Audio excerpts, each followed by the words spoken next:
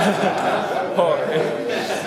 I got an actual icon. Welcome to Kancolle, the weapons behind the women. I know I asked this earlier, but how you guys all doing today? Awesome. Anybody know how to get a boot off a car? No. Okay, I'm kind of screwed then. Oh, it's screwed. So this panel today is going to basically be about the history of the warships, how they fought, where they died, and who actually survived the war, and what happened to them afterwards. So yeah, that is on the left, the Bismarck. This is the first foreign ship that was in Kancolle. The middle one, I don't think that needs any introduction. And on the right is the Prinz Eugen. Yeah, it's actually pronounced Prinz Eugen. A lot of people think it's Prince Eugene, but it's German. Yeah. AKA, she is your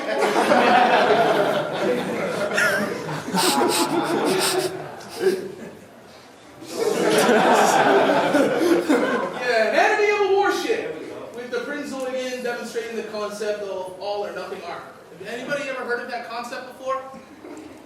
Alright. So yeah, this is a basic breakdown of what a warship looks like. Yeah, I don't think I needed to do this. So basically, you got the main armament and the turrets, secondary armament, you got the rangefinder. This is the thing that separated the Japanese and the American fleets. Japanese really didn't adopt the radar systems early enough in the war, and they never actually linked them to their fire control systems. About late 1941 into early 1942, the Americans started putting radar fire control into their ships, gave them a lot higher accuracy. So if in a battle you had like USS Iowa fighting the Yamato, the Iowa's probably going to win, even though it has smaller shells and basically less armor, but it can fire more accurately. So it's not always about the big guns, it's about the best shots. I'm going to be moving on. This is the basic breakdown of ship armor. You got the belt armor on the side. That's basically for protection against straight-on shots when you're in close combat. That's usually the thickest armor of the ship. Down at the bottom here, you got the torpedo bulge. It's basically a secondary hull.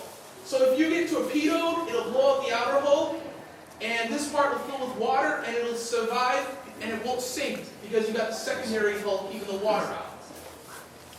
The secondary angled deck armor. If you get plunging fire coming in from above, this helps to deflect the shots away, and extra set of armor just to keep it from penetrating deep into the hull and pulling the ship. And regular deck armor, probably like the lightest armor, and usually it's more vulnerable to air attack. Bombs, dive bombers, simple enough. And this is the Isle class and its armor distribution. The concept of the all or nothing armor, which is what you see in the purple here, is to protect basically the most important parts of the ship. So they concentrate the armor around the powder magazines, the main part of the hull where all the machinery is, and just basically to keep it from exploding. And they didn't really protect the outer parts or the citadel as much. This is the inside of a 16-inch gun from the USS Iowa. Basically what happens is you have the magazine down here that's full of the powder that we use to fire the gun. It gets brought over to an elevator and it's raised up here into the loader. And then they put the shell in first and then they stack up. Usually about, depending on the range, 3 or 4 bags of powder, at the most probably 6. And now we're on to part 2, ship class. What is that ship? Yodo. Yes, it's the Yodo. Anybody want to explain her? Anybody? She's got the fleet command facility. Yep. She's an interesting ship, basically because of 2 reasons. She really didn't have any torpedo armament. She's the only light cruiser not to have it. And because of the Shinano, which I'll get to later, the Shinano was originally a Yamato-class battleship that they converted to an aircraft carrier. So when they aircraft carrier, they had a surplus of her guns. And this is the secondary armament from the Yamato that they attached to the Odo. So it gave her a pretty heavier armament than a normal light cruiser, which is pretty deadly.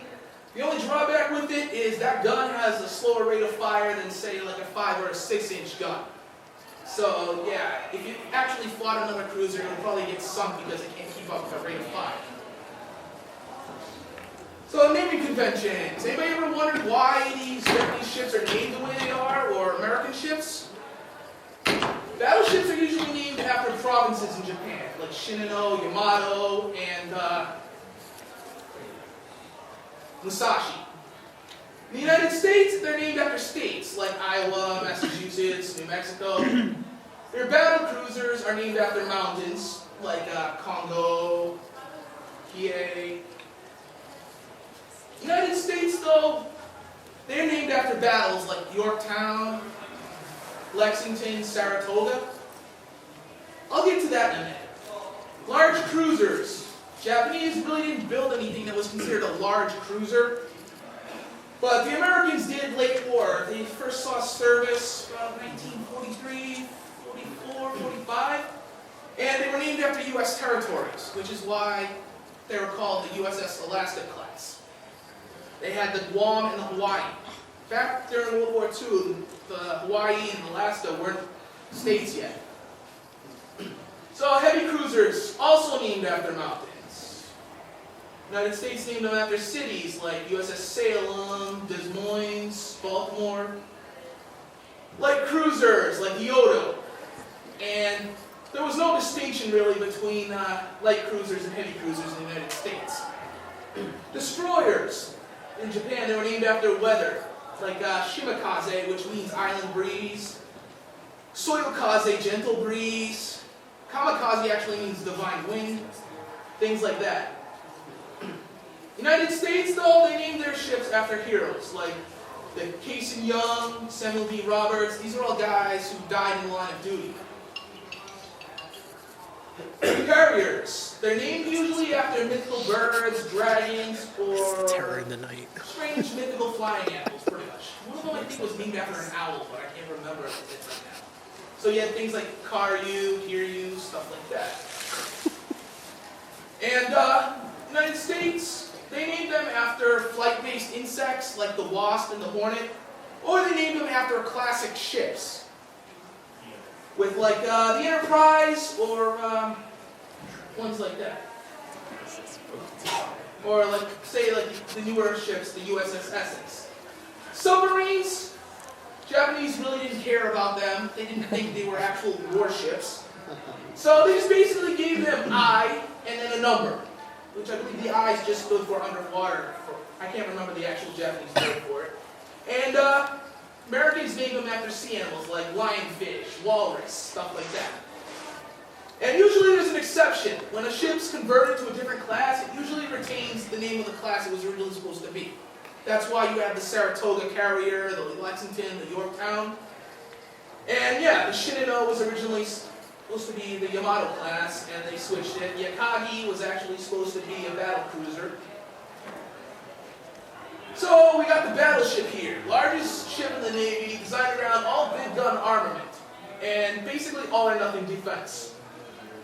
They're sometimes called dreadnoughts because that was the first ship that was built that used the all big gun armament.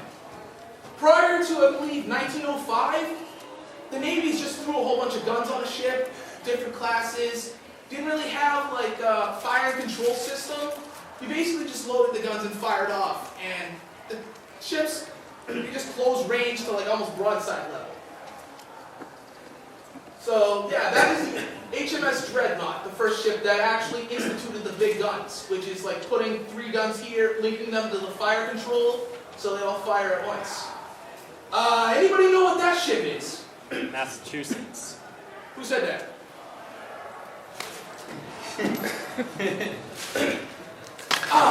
Close enough. Yeah, they're, by World War II standards, they were usually considered too slow to keep up with the carrier task group. Few battleships ever saw battleship-to-battleship combat and were often used for shore bombardment. Yeah, that's the Musashi there, and yeah, she's neither slow nor amused. Which is actually pretty true. The Yamato class, for the size that they were actually pretty fast battleships. Yeah, that's actually not bad for a battleship. When you consider like some of the ones like the Wyoming, they were getting like 22 knots or 20 or less. So yeah. Anybody recognize these ships? Yeah. Yep. Yep, the Congo sisters. So, does anybody know why she's weird in the anime and the video game? Yeah. She originated from England. Yes, you are correct. You know why she's a fighter? The Hiei? No. She always has a spunky personality because she was the ship that they converted to use a prototype of the Yamato's bridge. So she thinks she's bigger than she really is. Yeah, Haruna, she was the last battleship of this class that was sunk. And here we go, over here. The Hiroshima, she, I believe, was the first one to be sunk. So yeah, she's a little apprehensive about that.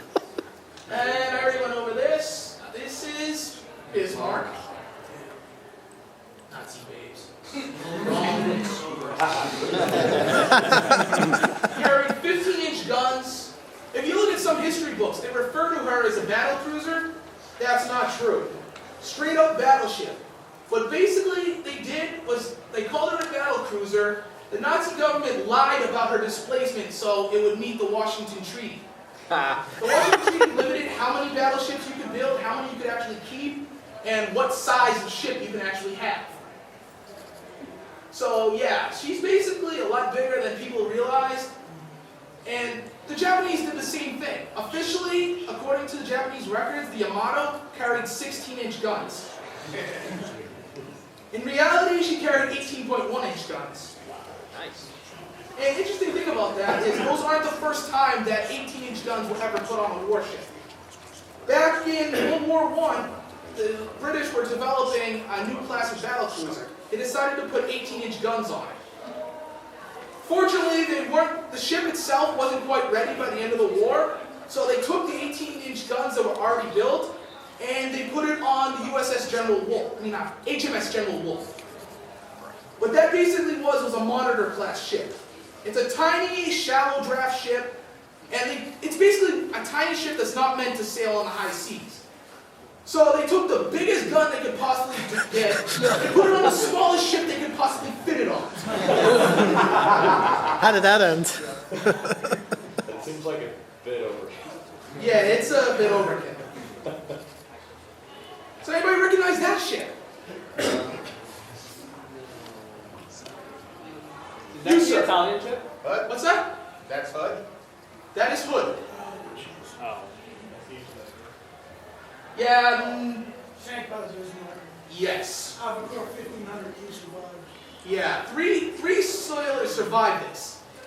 The ship got hit in the magazine and it imploded so quickly and sank so quickly, the suction of the ship going down dragged everybody down with it. Oh That's man. why there was only 3 people that survived, and they were on the highest point of the ship. So basically what a battlecruiser is the size and guns of a battleship with the speed of a cruiser. It basically was meant to overcome the lack of speed that the battleships had when they first came out. They were never really meant to fight battleships, even though they look like battleships, have the armament of battleships.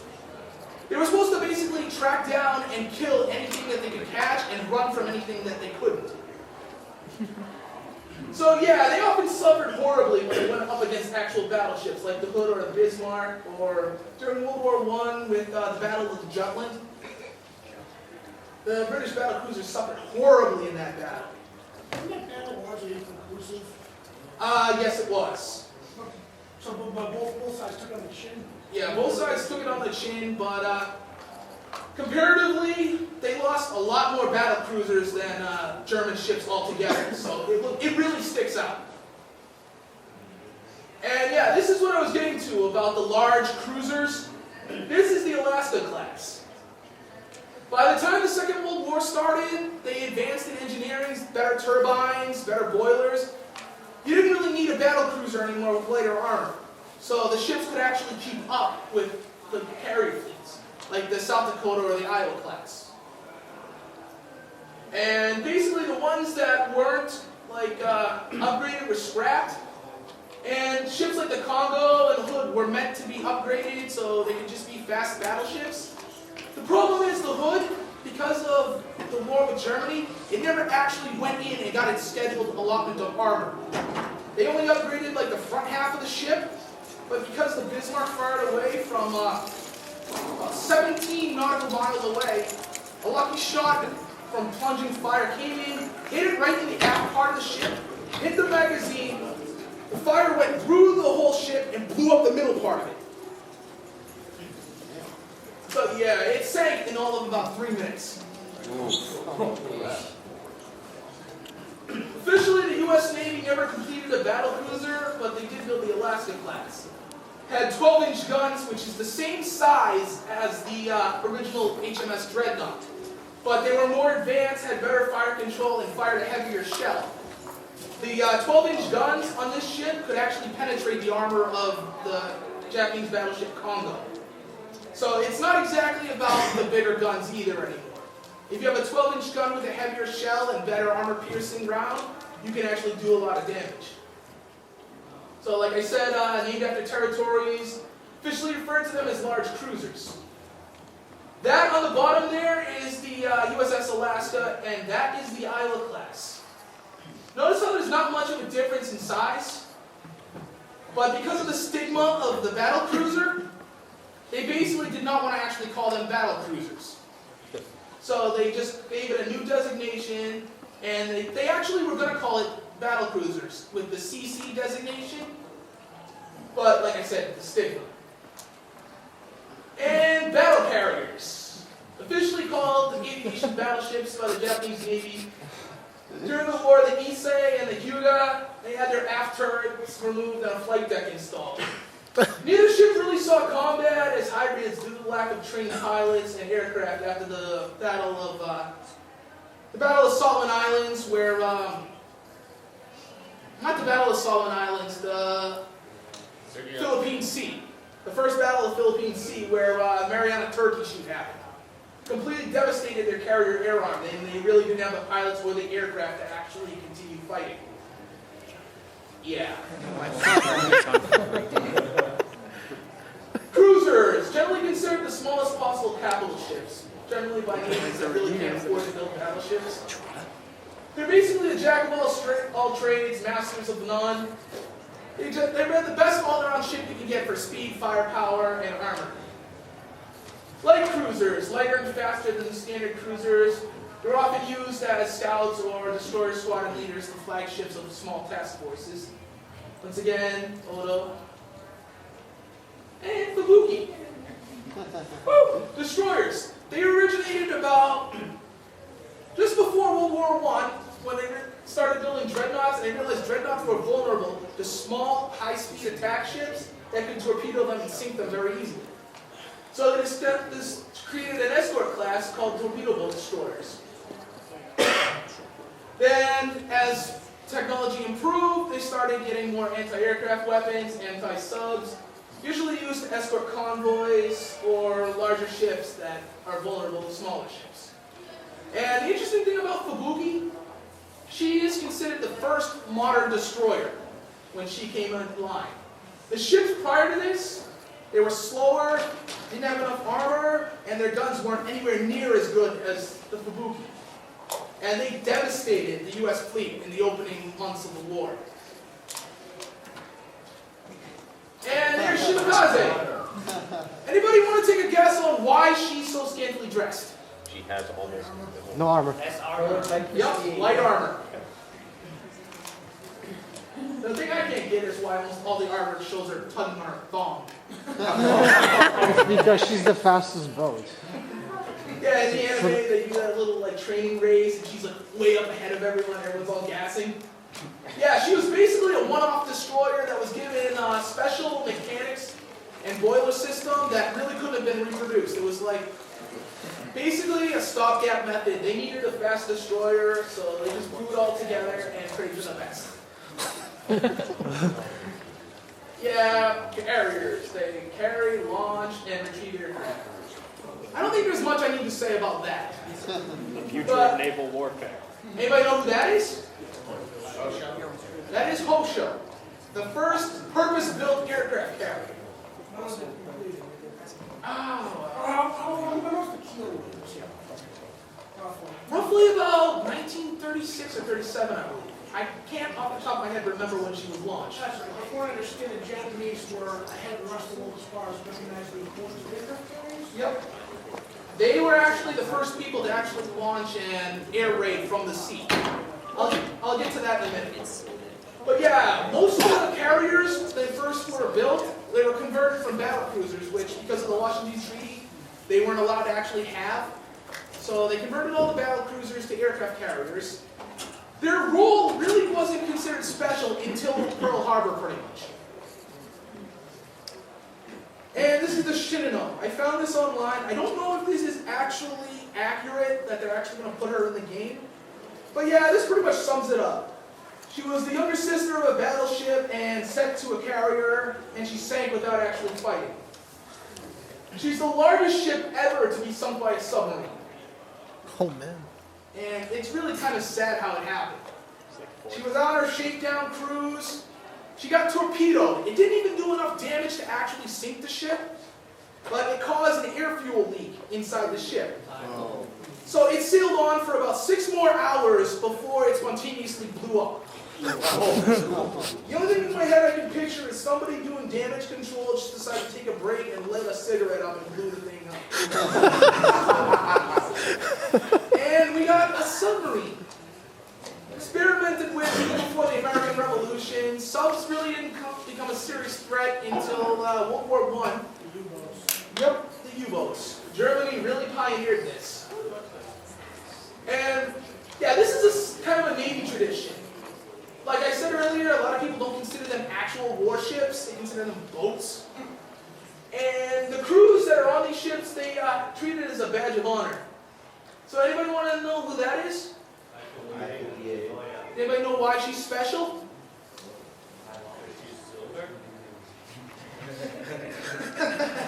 No, she actually has one of the highest kill rates of all the Japanese submarines.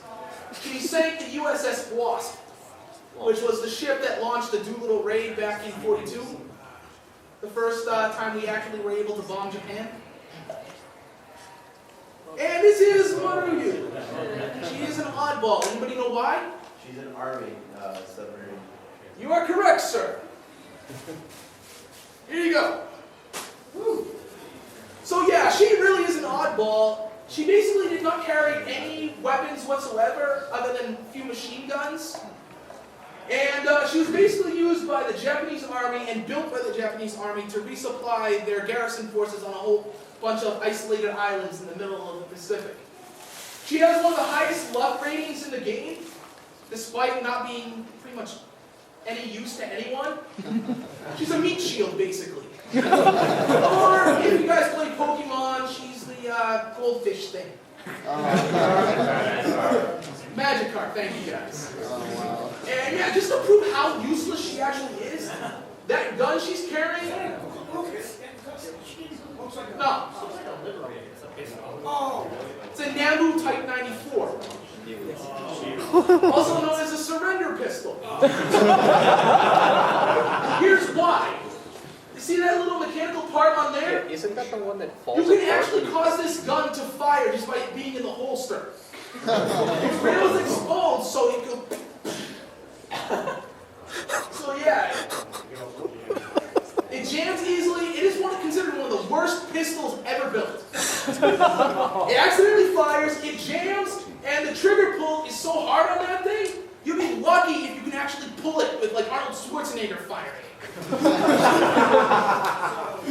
That's amazing. No, it's basically impossible control. Yes. Kind of like the Snatch Game, which was a Soviet era. So it was basically meant to be like a submachine gun, like in the size of a pistol, but the recoil on it was basically impossible to control. It was inaccurate. Even when they were fighting the Mujahideen, the Russo-Afghan war, the Mujahideen, they were like, wow, this is useless too. They just basically kept the soup. Yeah, these things were actually kept as souvenirs too. There's like a ton of them. Nobody really wants them. Although they are starting to get collected just because of how bad of a reputation they have. And they got worse. By the end of the war, when supplies were low, ugh. You could probably slam that thing against a table and it wouldn't fire. The carrier submarine. When I talked about Japanese innovating airships and carriers, they took it to a whole new level. They designed the I-400 series to use surprise attacks. The Japanese probably had the most success with this, even though the British and the Germans did experiment with them, but they didn't have any success with them. What they were going to be used by the Japanese for was basically a submarine carrier raid to take out the Panama Canal. If you can bomb the locks of the Panama Canal, it forces the U.S. Navy to transfer ships going from the Atlantic to the Pacific to go around the Cape of South America and into the Pacific. That can take anywhere from like weeks to like maybe a couple of months, depending on the supplies of the ship. And weather. And by the end of the war, they were trying to be used as supply ships. But they were pretty big targets on the sonar, and a lot of them didn't make it. Although I-401 did survive the war, so she's pretty happy. I think she's a lifeguard now. And the seaplane tender. This is regarded as the first aircraft carriers. First came into existence just before World War I. World War II, they were mostly used for scouting, search and rescue. That ship is, I think it's the Wazamiya. That's actually the first ship to carry out an air raid from the sea. The Japanese used her during World War I to carry out raids on German shipping. So yeah, that's actually pretty interesting. First purpose-built aircraft carrier, and first actual air raid from the sea for the Japanese. Yeah, they were way ahead of the times when it came to thinking about how powerful air combat could be. So we're moving on now to the Pacific War. And spoiler alert, so I'm going to be going into what happens during the war, so you guys might want to not look at this. This is going to be the ships that actually survived the war. And you might want to cover your ears. Nagato survived and was used as a target during the nuclear bomb test on Operation Crossroads. Kosho survived. Interesting thing about this ship is she was used for humanitarian aid after the war to bring home Japanese soldiers and civilians from countries that they had occupied. So yeah, she did something pretty honorable before she was scrapped in '46. Takeo, that's another ship that survived the war. By the end of the war, the Japanese really didn't sort out to do anything, and she just sat in the harbor. She was also scrapped right after the war. Miyoko, she was another one I believe that was used as a test for the Operation Crossroads. Sakawa, scrapped. Hitakami. Yes. Yukikaze. Lucio. I feel so bad for her. And these are other stories that I don't think are in the game that actually survived. I mean, they survived, but they're not actually in the game. And Prince Eugen, which probably had the most badass way of going out. She's kind of like 50 Cent, where she's like all around all these shootings and people dying around her, but she doesn't actually die herself. She survived World War II, was brought to Operation Crossroads. She had a nuclear bomb dropped on her, and she survived that. And then she got nuked again. Yes, she got nuked again and survived that. The ship would not sink. Basically, because she was so radioactive, they couldn't actually board it to like scuttle it, so they just let it float off on its own, where it just kind of like ran aground and just stayed there. Yeah, she had the most badass way of going out. Wow. So yeah, you guys want to know how the Pacific War started? Pretty much what happened was during the 1850s, the United States forced Japan to open its ports, bring in supplies from foreign countries, and Meiji Restoration was used to restore the emperor's power back from the shogunate. And during that time, drive for modernization happened, the resources on the home islands to actually support it. And it gave rise to a, hey, why can't we do our own colonialization? Why can't we occupy countries? Why can't we take their supplies? And they basically went into combat with Russia and China in the first Sino-Japanese War and the Russo-Japanese War, which interestingly enough had a peace treaty signed up in... Thank you, my man. And basically through that, they gained territory and political power from joining the Allies during World War I. That gave them a foothold in China, so they could build a railway and run supplies through there. The rise of the Japanese militarism. At this point in time, like World War I happened, soldiers were thought of as great heroes. They started taking more and more power from the actual civilian government. And by doing that, they started to have what I believe was government by assassination. Basically, if the military didn't agree with what you were doing, like if you were too pacifist, they would kill you. The prime minister prior to Hideki Tojo was killed because he wanted to scale back the military.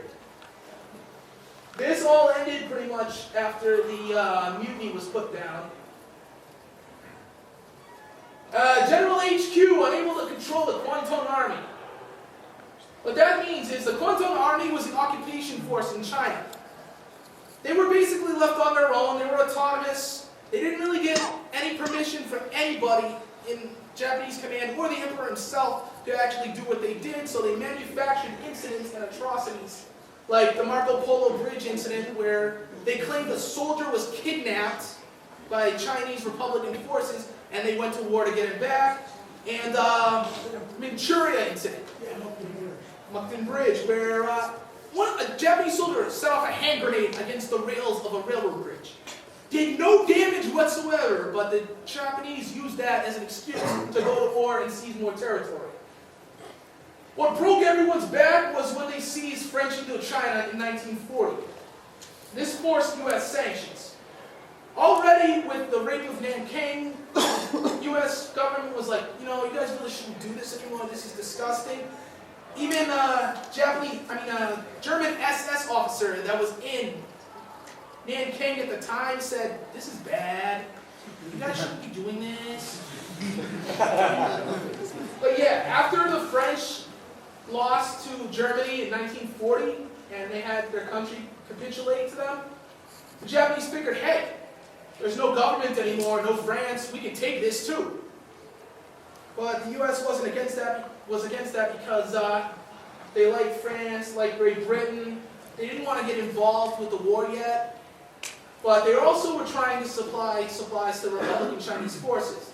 And to get supplies into China, they had to come up through French Indochina. And by seizing French Indochina, they cut it off. So U.S. is like, okay, this has got to stop. So let me ask you guys a question. When was the first ship sunk by Japan? 1937? The USS Panay. This ship was in patrol duty outside Nanking during the rape of Nanking. Japanese forces, without getting okay from the main command, decided to sink any possible ship that they could. They knew it was an American ship, and despite the fact that the Japanese command said, we will not touch the ships, you're free to go, the Japanese targeted specifically and sunk it. This thing, the ambassador to Japan, he thought this was going to start the war then. He did everything he could to apologize and make everything good. And for a long time, everything was cool. Until this.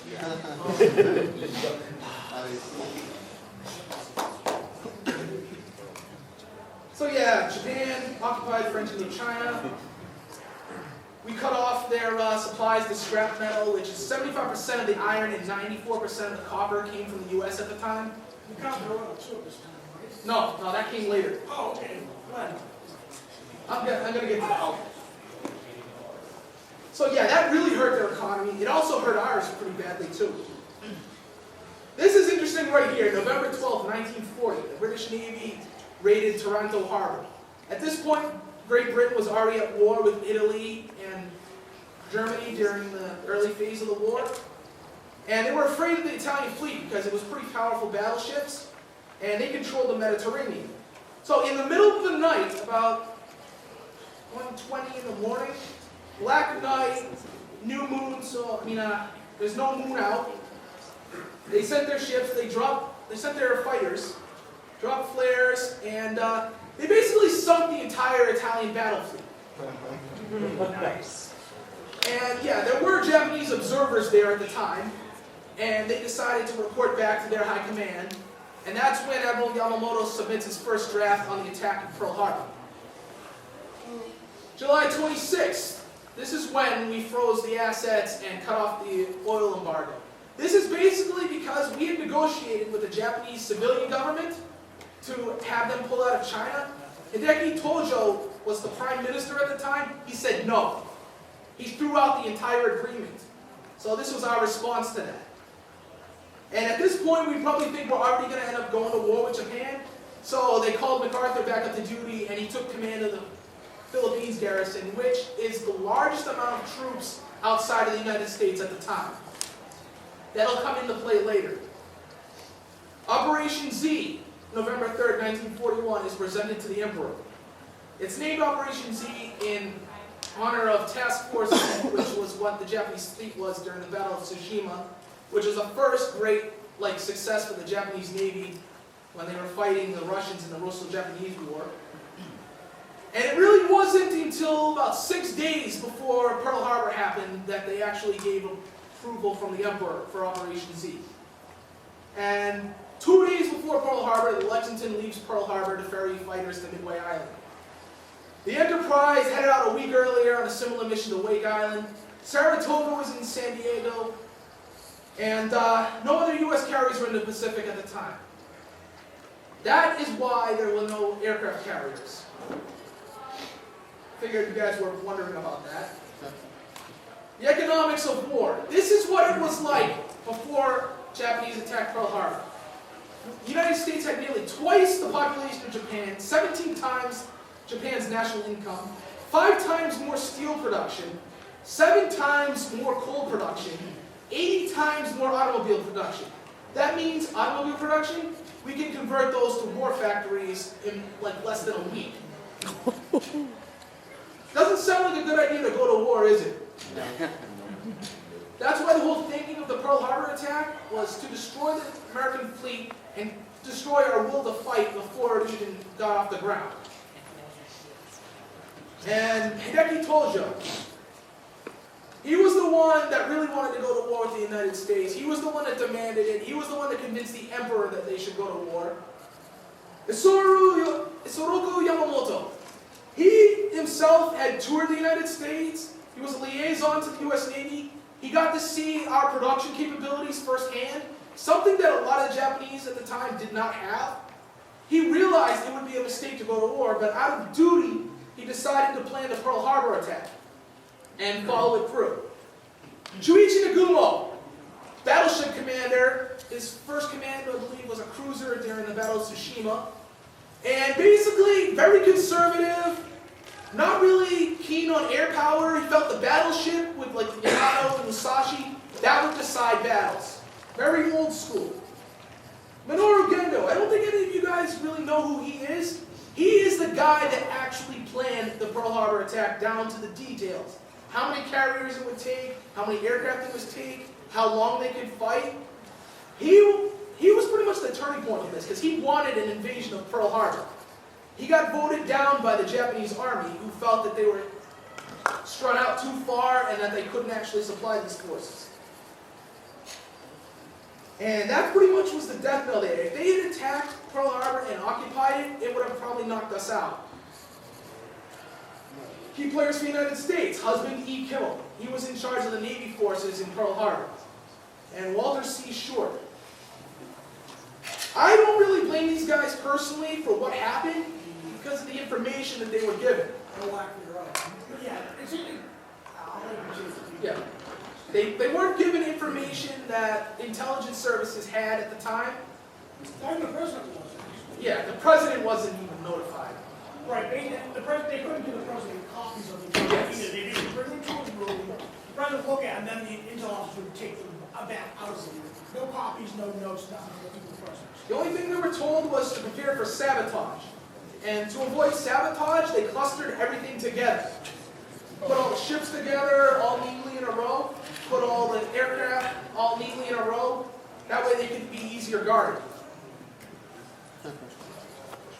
And yeah, the battle plan was basically infiltrate Pearl Harbor using midget subs to inflict as much damage as possible. Use the first wave, comprised of 3 groups totaling 183 planes, to hit airfields and battleships. Carriers weren't a target in the first wave. This was still at the time where a lot of people did not think the aircraft carrier would be all that successful. A lot of people viewed them as just basically used for scouts to find the enemy fleet, and then they would send in the battleships to kill them. The second wave was supposed to be the one to kill the aircraft carriers, cruisers, or whatever aircraft remains. The third wave was supposed to target the oil facilities, the dry docks, and take them out. This really never got past the planning stages, and they never really wanted to carry it out, even though they should have. And the Kido Butai, the first air fleet. And we got the Shokaku, Zuikaku, Soryu, Kaga, Akagi, and Hiryu. Yeah, there's a reason she looks very, very sad. She was the first of this group that actually suffered any damage, and that was at Coral Sea, which I'll get to in a bit. But yeah, she took a pounding every time she went out to sea outside of Pearl Harbor. Oh boy. Yeah, this is the battle map showing the task force and where everybody was. This is interesting though. They actually left on the 26th of November, and they didn't actually get approval to attack until here.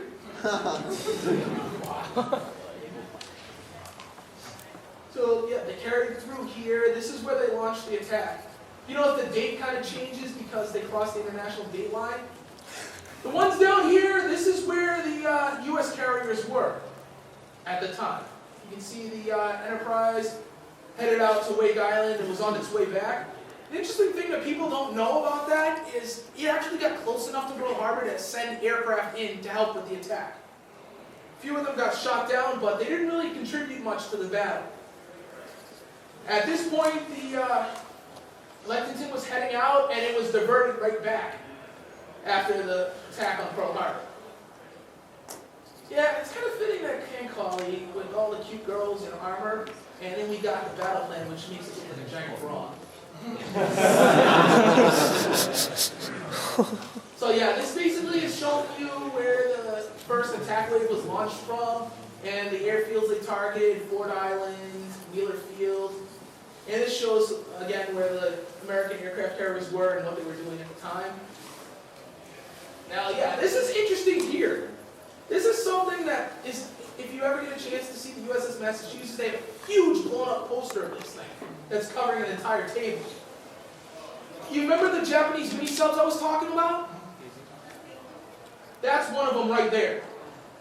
They actually were able to get inside the harbor. It was the only one that did, really. One of them got stuck in the mouth of the harbor and they suicided.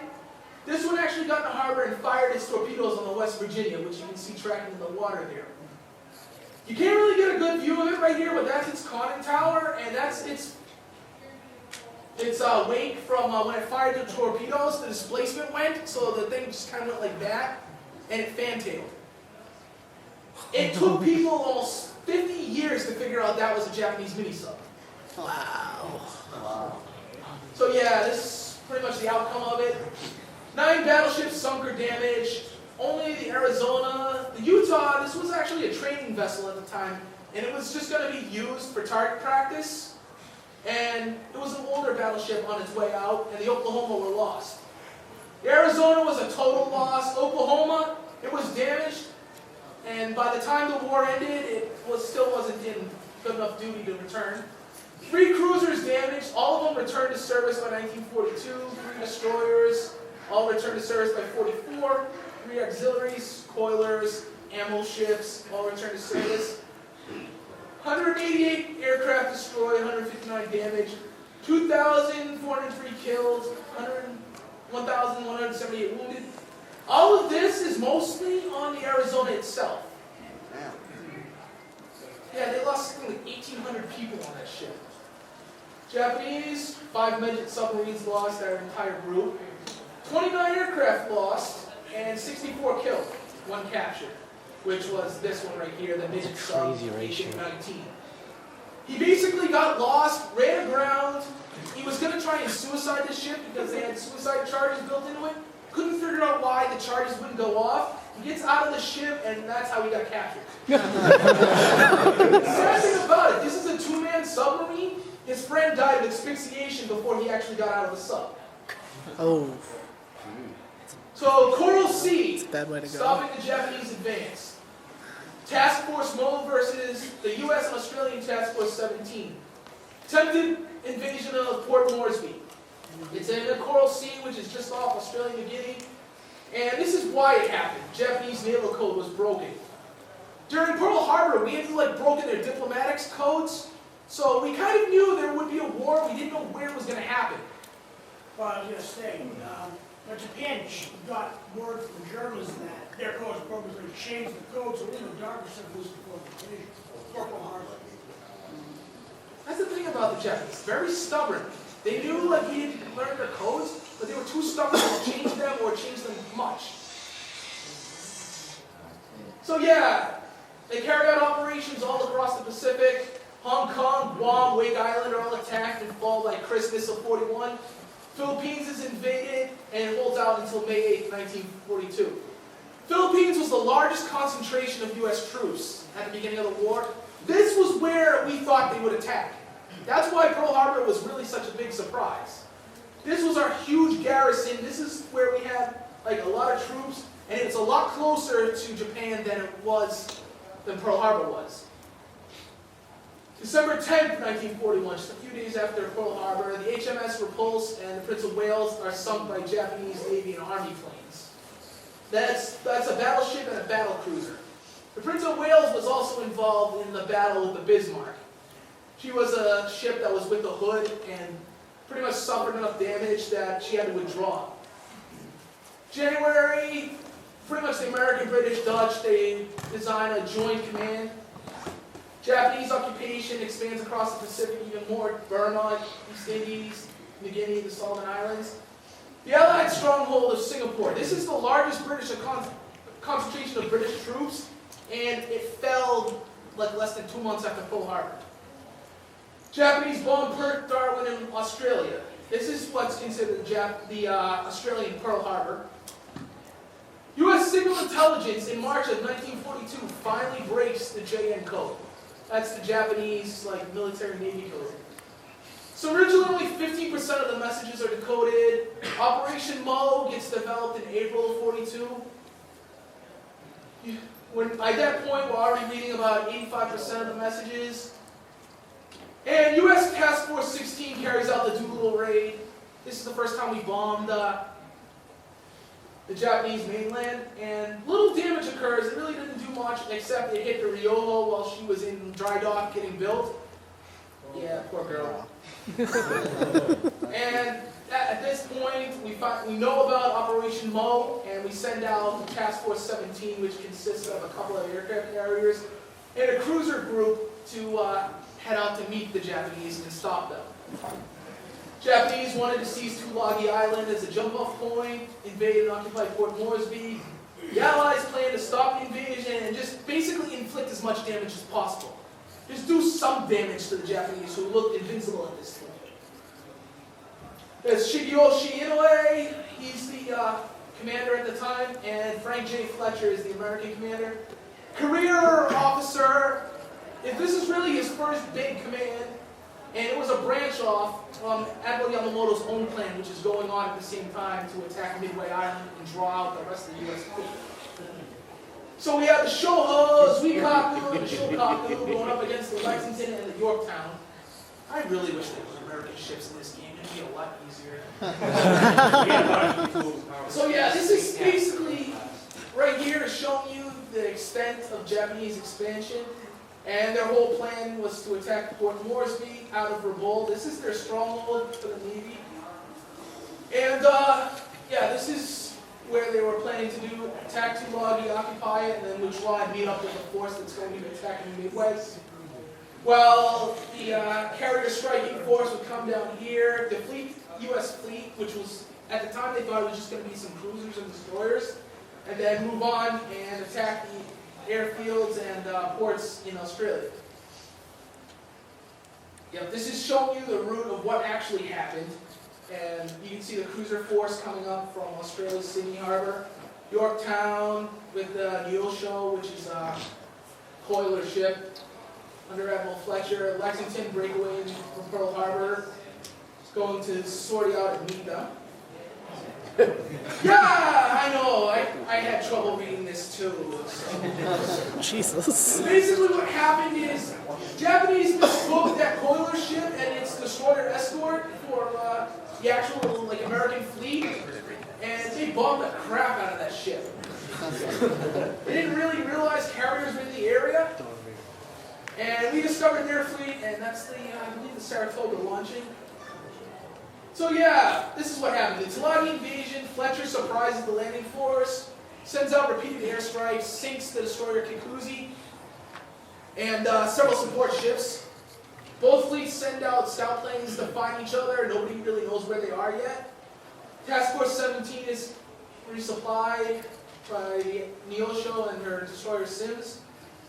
And yeah, they mistook them for the fleet, and strike forces sent from the carrier Shoho got sunk. Both fleets basically scramble strikes against each other. This is basically a giant mess, fumbling around in the dark looking for the target. And yeah, it's pretty much an outcome of it was a draw. The Japanese actually inflicted worse damage to us because we couldn't afford to lose a fleet carrier, but it also got them to abandon their Port Moresby invasion. So neither group really succeeded in what they had planned to do. We lost one carrier. One carrier was damaged. Oh man, I spelled this awful. So yeah, Yorktown got presumed sunk by the Japanese. That plays a huge key in Midway coming up. They lost an oiler, lost a destroyer, 69 aircraft destroyed, 656 killed. That was mostly on the Neosho and the Sims. One light carrier sunk, carrier damaged, that was the Shokaku. Destroyer sunk, destroyer damaged, 92 aircraft destroyed, 166 killed. And Midway. This is basically the turning point. I'm going to have to speed along a little bit because I realize I'm running out of time. So yeah, we broke their codes. At the same time that the Port Moresby operation was being planned, Admiral Yamamoto wanted to drop the American fleet and sink it. So yeah, Shichi Nagumo again is put in charge of the fleet. Mitsuo Fuchida, this is the guy that is a key player because he was the one that led the carrier assault raid on Pearl Harbor. He was actually had emergency appendix surgery, so that knocked him out of the fight for Midway. Admiral Ray Spruance and Frank J. Fletcher again. Basic plan was to draw the U.S. fleet into a decisive battle and take Midway as a staging point to attack Pearl Harbor. USA, because we knew they were coming, what direction they were coming from the codes we broke, we wanted to intercept the Japanese fleet and sink it. And Kido Butai, this time consisting of the Soryu, the Kagakagi, and Hiru, versus the Enterprise, the Yorktown, and the Hornet. Yeah, this is complicated. So yeah, this is all breaking down in like 1 hour. 4:30 a.m., first Japanese air raids launched from the carriers to attack Midway Island. Scout planes from the Yorktown discovered them about an hour later. First carrier attack was launched from the U.S. ships at about 7, but we weren't really prepared to make airstrikes, so it was all really staggered and really confusing. Bombers from Midway, these are like heavy bombers, like B-26s, B-17s. They make an unsuccessful attack. The problem is one B-26 almost hit the flagship of the Japanese fleet, which really scared the crap out of Nagumo. So instead of keeping his planes in reserve to attack a potential American carrier fleet, he ordered his reserve planes armed with contact bombs to take out the airfield at Midway. U.S. fleet was sighted by a scout plane from the cruiser Tone. Second carrier wave was launched from the U.S. ships, about an hour after the first one. And the first carrier planes attacked the Japanese fleet and were slaughtered. Torpedo bombers from VT-8, they drew away the defensive combat air patrol of the Japanese. That allowed the dive bombers in Yorktown, who are like way up there, to actually get a clear run at the ships because the Japanese like planes were down here taking out the torpedo bombers. And yeah, they completely devastated the Kaga and Akagi. And a cocky. Sorry about that. That's how badly they They doubly devastated that cocky. And they sink the sword into the Kaga and Akagi. And the only ship that like wasn't damaged was the Hiryu, who launches its own raid that follows the U.S. planes back to the fleet to attack. And it crippled the Yorktown, which basically took, like when it was hurt in Coral Sea, 3 days it took to repair it back to combat status. Holy moly. And yeah, the Yorktown ended up surviving the battle, but it was being towed back to Pearl Harbor when one of the Japanese submarines sunk it.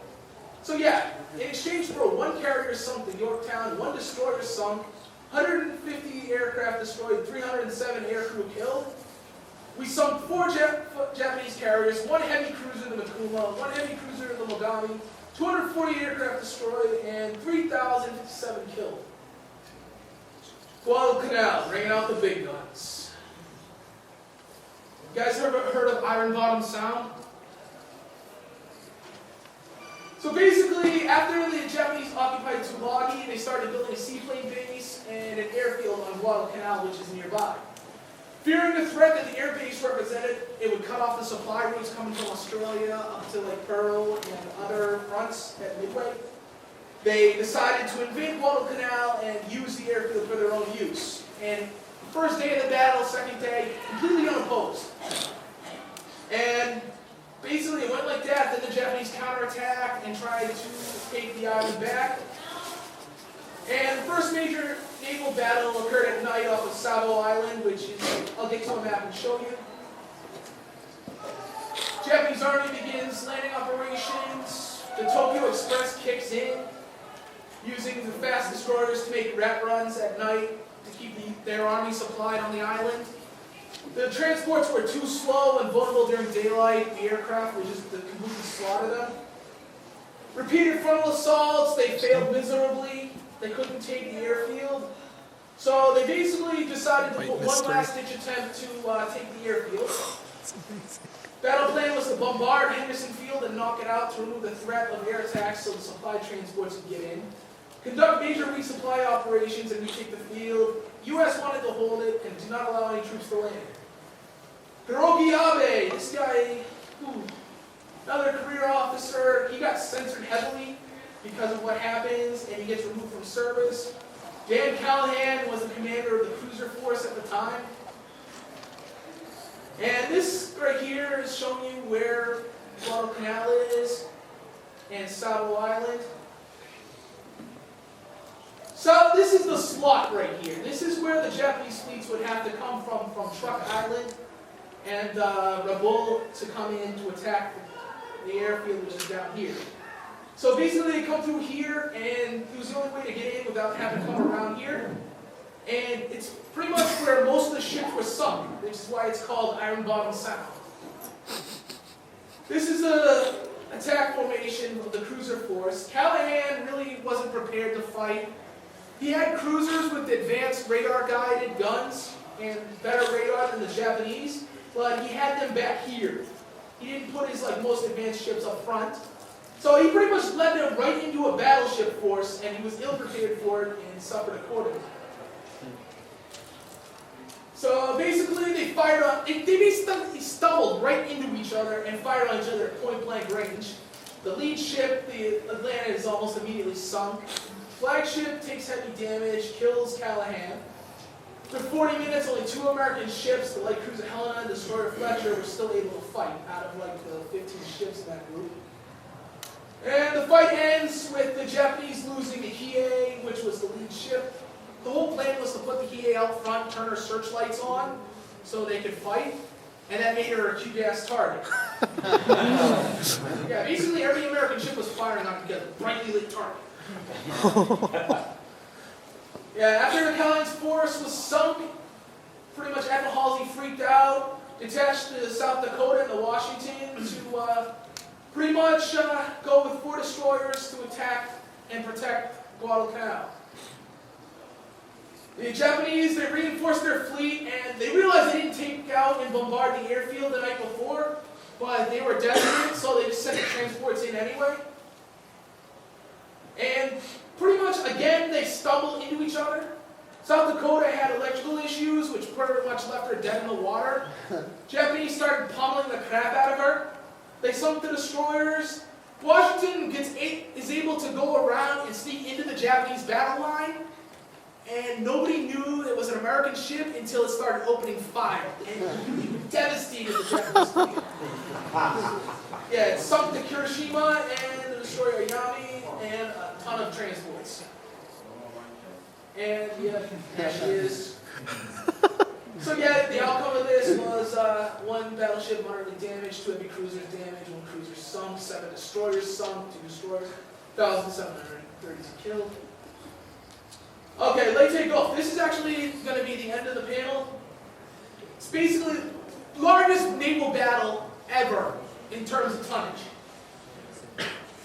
So yeah, Japanese High Command realizes Guadalcanal is lost, they abandoned it.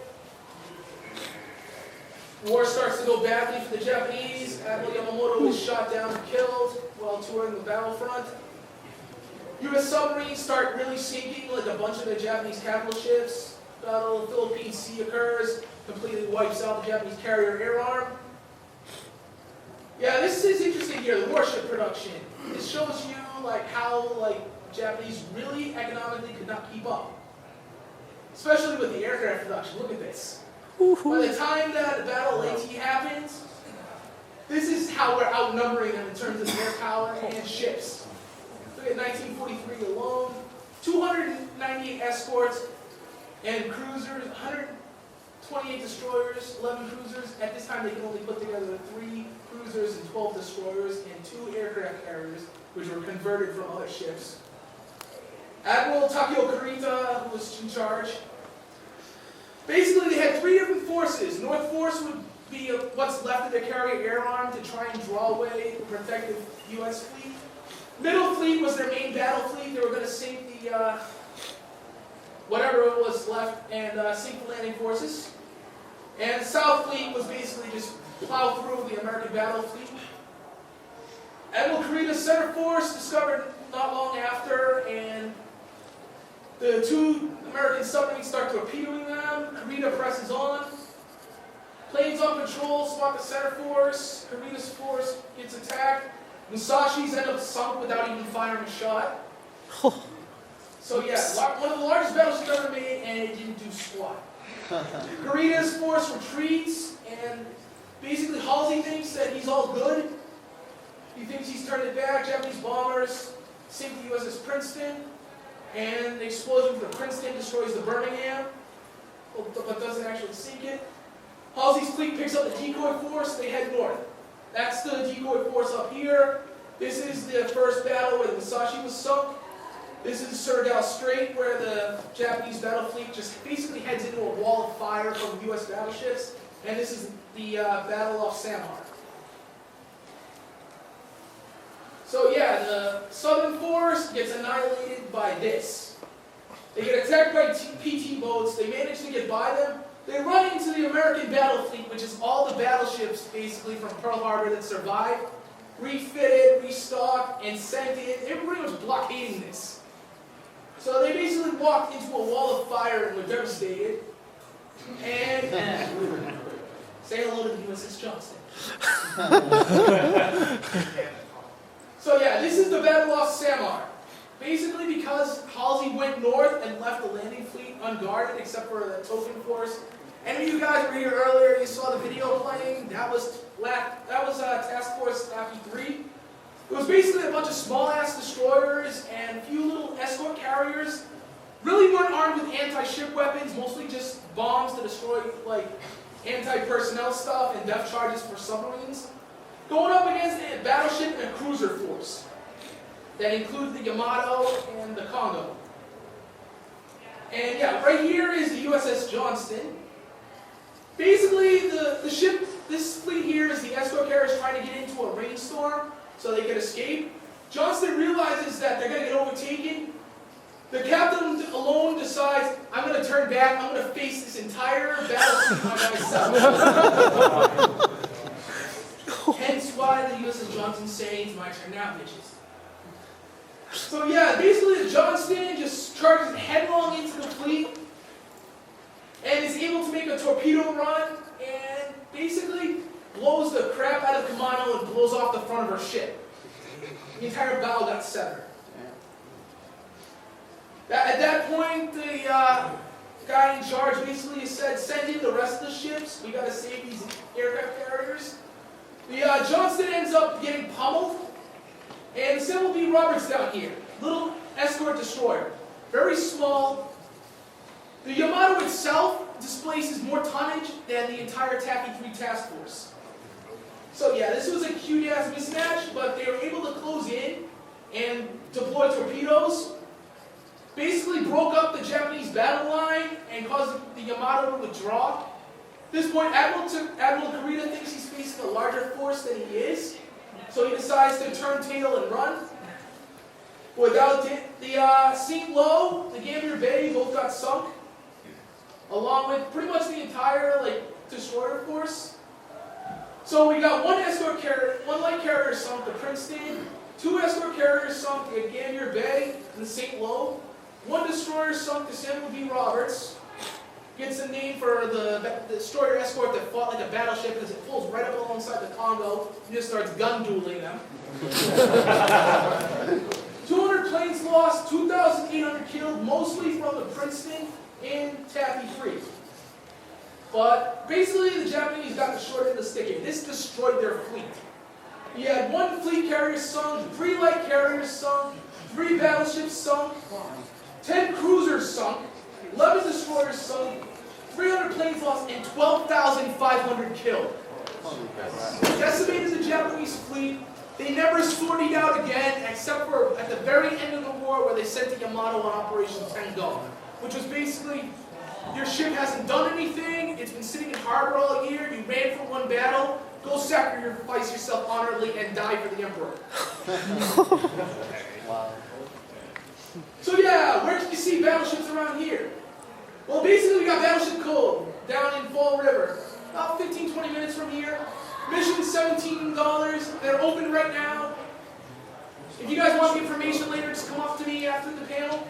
It's got the USS Massachusetts, Joseph P. Kennedy destroyer, Lionfish submarine, 2 PT boats, and a Russian-built Corvette, the Hidensi. You got in Boston.